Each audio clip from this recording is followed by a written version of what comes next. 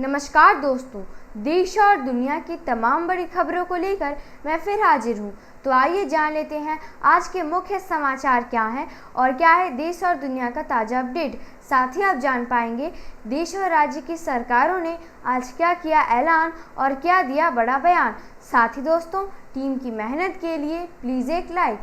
सबसे पहली खबर मानसून की।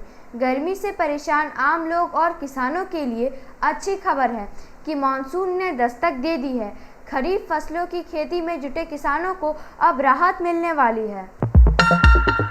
जहां विपक्ष की पहली महाबैठक पटना में आयोजित की गई थी, वहीं विपक्ष की दूसरी महाबैठक जुलाई के दूसरे सप्ताह में शिमला में होने की संभावना है। भारत और मिस्र के बीच संबंधों को नया आयाम देते हुए इसे रणनीतिक साझेदारी में बदलने का फैसला किया गया है। भारत के प्रधानमंत्री और मिस्र के राष्ट्रपति के बीच ऐसे ही साझेदारी दस्तावेज पर बीते दिन हस्ताक्षर किए गए। साथ ही देश के विकास से जुड़े कई मुद्दों पर चर्चा भी हुई। आपको बता दें कि प्रधानमंत्री नरेंद्र मोदी को मिस्र के राष्ट्रपति के द्वारा देश का सर्वोच्च सम्मान भी दिया गया। चीन अपनी पुरानी आदतों को बदलना नहीं चाह रहा है और अब खबर आ रही है कि चीन पीओके में बंकर और सुरंगें बना रहा है। दिल्ली की सड़कों पर बिजली से चलने वाली बसों की संख्या बढ़ने जा रही है। 30 जून को दिल्ली की जनता को दिल्ली सरकार के द्वारा 200 और नए बस दिए जाएंगे।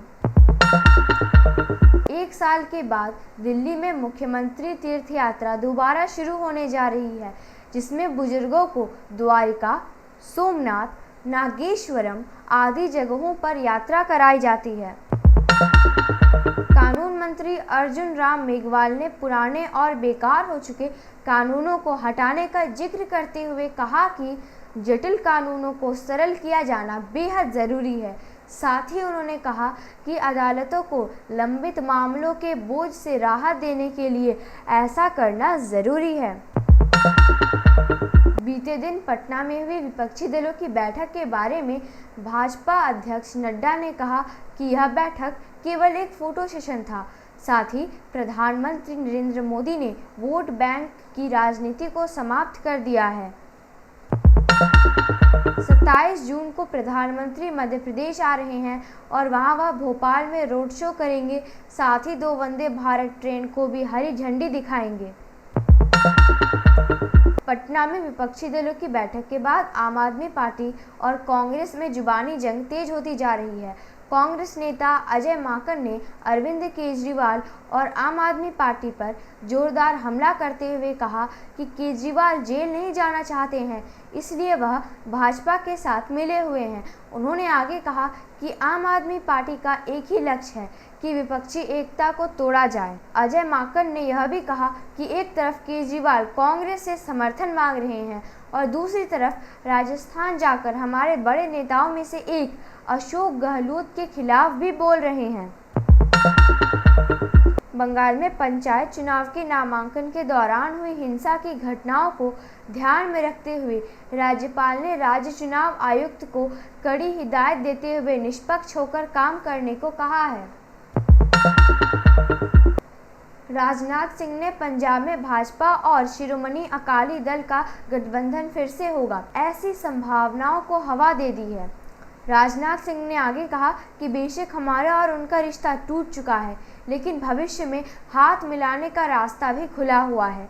रक्षा मंत्री के इस बयान से उन अटकलों को हवा मिल गई है कि 2024 के लोकसभा चुनाव में दोनों पार्टियां एक बार फिर साथ में दिख सकती हैं। कांग्रेस ने केंद्र सरकार के ऊपर आरोप लगाया कि कर्नाटक में अन्न भाग्य योजना को मोदी सरकार नष्ट कर रही है। आपको बता दें कि कर्नाटक में इस योजना के तहत लाभार्थी को 10 किलो चावल राज्य सरकार की ओर से दिया जाता है।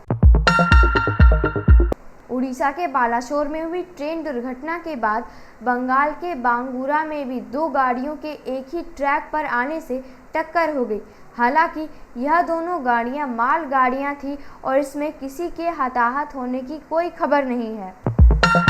बीते दिन मणिपुर के मुख्यमंत्री ने दिल्ली जाकर गृह मंत्री अमित शाह से मुलाकात की और राज्य में बदलते हालात की जानकारी दी। इस मुलाकात के दौरान गृह मंत्री ने मुख्यमंत्री को आश्वासन दिया कि मणिपुर में हालात सामान्य करने के लिए केंद्र सरकार जरूरी कदम उठाएगी।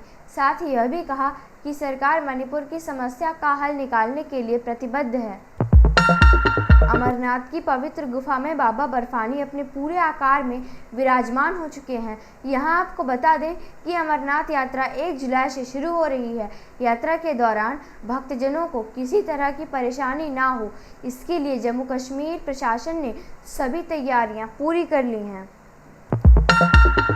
आरबीआई गवर्नर ने कहा कि 2000 के 2/3 से ज़्यादा नोट बैंक में वापस आ चुके हैं और इसका अर्थव्यवस्था पर कोई उल्टा असर भी नहीं पड़ेगा। न्यूज़ अपडेट के लिए और मुझे सपोर्ट करने के लिए लाइक एंड सब्सक्राइब करना मत भूलिएगा।